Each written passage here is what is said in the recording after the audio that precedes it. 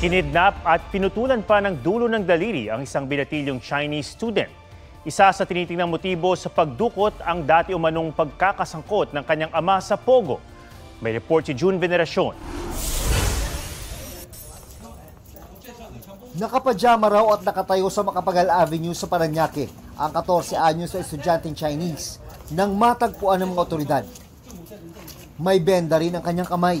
Ayon sa PNP at DILG, kinidnap siya noong February 20 paglabas ng eskwelahan sa Taguig. Kalaunan, ang driver na sumundo sa kanya natagpo ang patay sa loob ng isa pang sasakyan sa Bulacan. $20 million ang unang hininging ransom ng mga kidnapper, pero kalaunay ibinaba ito sa $1 million. Kahapon, nasundan daw ng mga pulis ang grupo ng mga kidnapper, kaya nagkahabulan hanggang sa inabandona ng mga kidnapper ang binatilyo. Nang dalhin ng mga pulis ang binatilyo sa kanyang ama, agad napatingin ang ama sa isang kamay ng kanyang anak. May benda ito dahil pinutol ng mga kidnapper ang dulo ng kanyang hinliliit para takutin ang kanyang mga magulang. Nakita na yung bata ay pinutulan ng daliri mula sa kanan. Sa kanan. Right. Kanan. Mula dito sa dulo.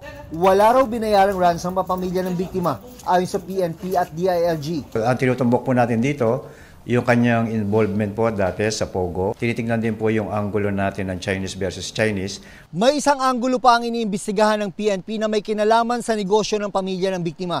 Ang ama raw ng bata ay may tuturing na big time sa larangan ng e-selling. Isa rin sa mga tinitignang person of interest ang lalaking Chinese na harapang binaril ang kapwa Chinese sa loob ng isang restaurant noong nakarang taon. Posible raw na may ugnayan siya sa sindikatong galing sa Pogo operations. We are definite na ang sindikato na nasa likod ng kidnapping ay former operators ng Pogo din. Ang driver na sumundo sa biktima, may ugnayan daw umano sa Pogo, ayon sa anti-crime advocate na si Teresita Angsi.